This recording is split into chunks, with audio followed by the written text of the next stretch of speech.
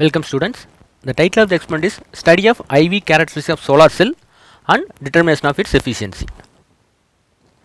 What is the aim of the experiment is to determine the efficiency of a silicon solar cell and study its characteristics. Introduction. Solar cell is a semiconductor device which converts solar energy into electrical energy.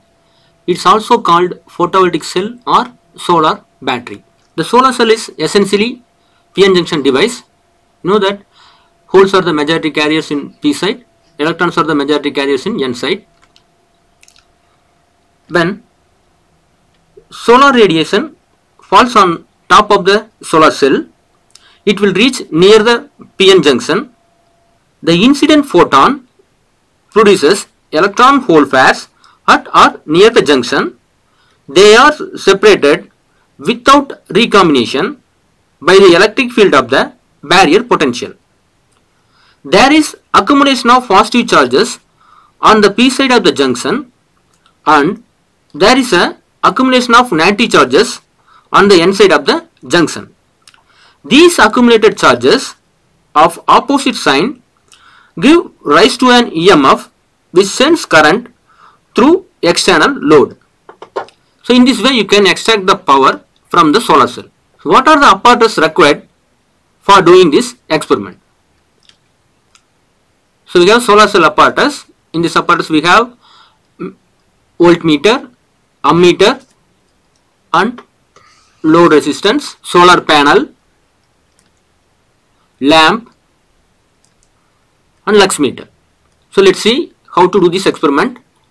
So this is a circuit diagram for solar cell experiment. So solar panel consists of several solar cells connected in series or parallel to get the required voltage or power. So this solar panel is connected in series with milliammeter and load resistance. A voltmeter is connected parallel to the load. To vary the load resistance in the circuit, we can extract the power from the solar panel for different light intensities. So let's see how to arrange a solar cell experiment. So you can see here we have a lamp, tungsten lamp, and we have a solar panel. So you can see the blue color here, so it indicates silicon solar panel. And then we have solar cell apparatus. In this apparatus we have voltmeter and ammeter and load resistance. So various load resistance values are indicated in this apparatus. Then the circuit is already connected, so we are going to connect the solar panel in the circuit. Then you switch on the lamp. So once light intensity falls on the solar panel, you can see the ammeter here, your current values it changes, right? So I am going away from the lamp, so intensity decreases, the current values decreases. So I am going towards the lamp, so now the intensity increases, the current value also increases, right? So now we are going to analyze the experiment with three different light intensity. So now I am going to fix first intensity. For example, I am keeping the solar panel here. So I am going to fix the first intensity. The range is 18 milliampere. So now I am going to introduce the load resistance. Now I am putting in SC mode. SC mode in the sense short circuit current. Short circuit current in the sense you have no load resistance in the circuit, so you can extract the maximum current from the panel. So now I am introducing the load resistance in the circuit. Now I am putting 10 ohm.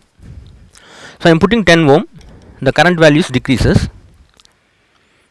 Then voltage values increases. Now you can see the current value almost 14 milliampere. So current almost 320 millivolt. So I am changing the load resistance 22 ohm. Now the current values decreases. Say example 7 milliampere. Here almost 400 millivolt. So I am again varying the load resistance 47 ohm. Now you can see current decreases, increases the voltage. So you can see here 6 milliampere current. So almost 400 millivolt. So varying the load resistance again 56 ohm, and again current decreases almost 5 milliampere. So almost 420 millivolt. I am rotating again load resistance. So if you introduce various load resistance value, correspondingly the current and voltage value will changes. So these things you have noted in your observation notebook. Then I am putting more load, say example 180 ohm. If I am putting 180 ohm, you have the maximum voltage, you can see here, so almost 480 millivolt.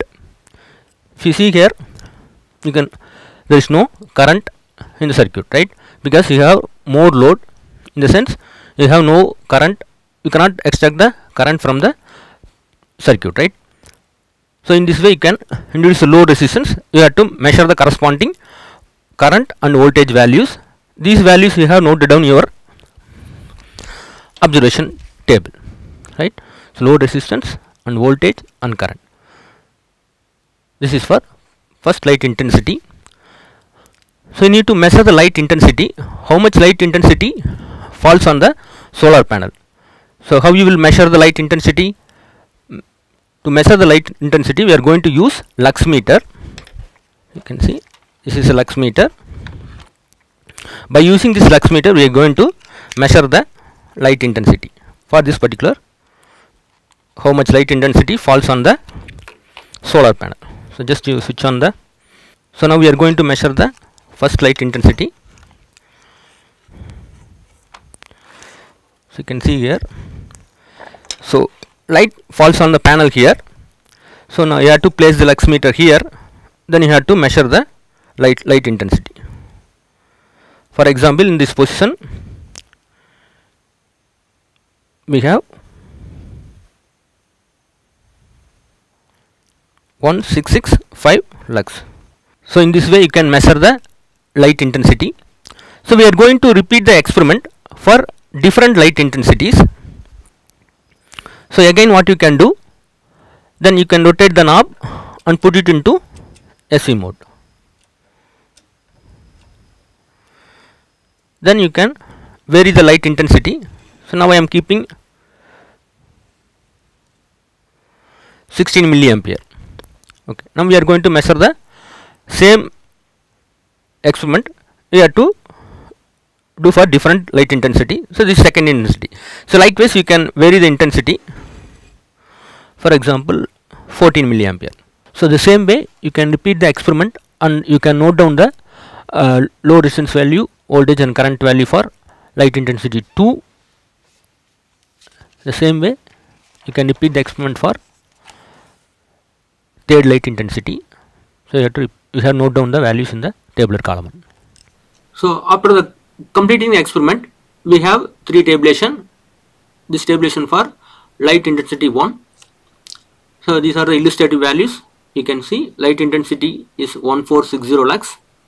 For various low resistance, we have a different values. You can see in the tabulation. For short circuit mode, there is no voltage, 0. Current is 19 milliampere. So likewise, if you vary the load resistance, we have power for different load resistance. So you can see the maximum load you have, there is no current, so there is no power. You can observe from the table. So likewise, you have table 2 for second intensity. Likewise, you have a third table for third light intensity. So once you complete the observation table, so we are going to plot the 2 graphs. One graph is plotted between load resistance and power. Then another graph is plotted between voltage and current. If you plot the graph, load resistance in x-axis, power in y-axis, microwatt. For first light intensity, if you plot the graph, you will get the graph like this.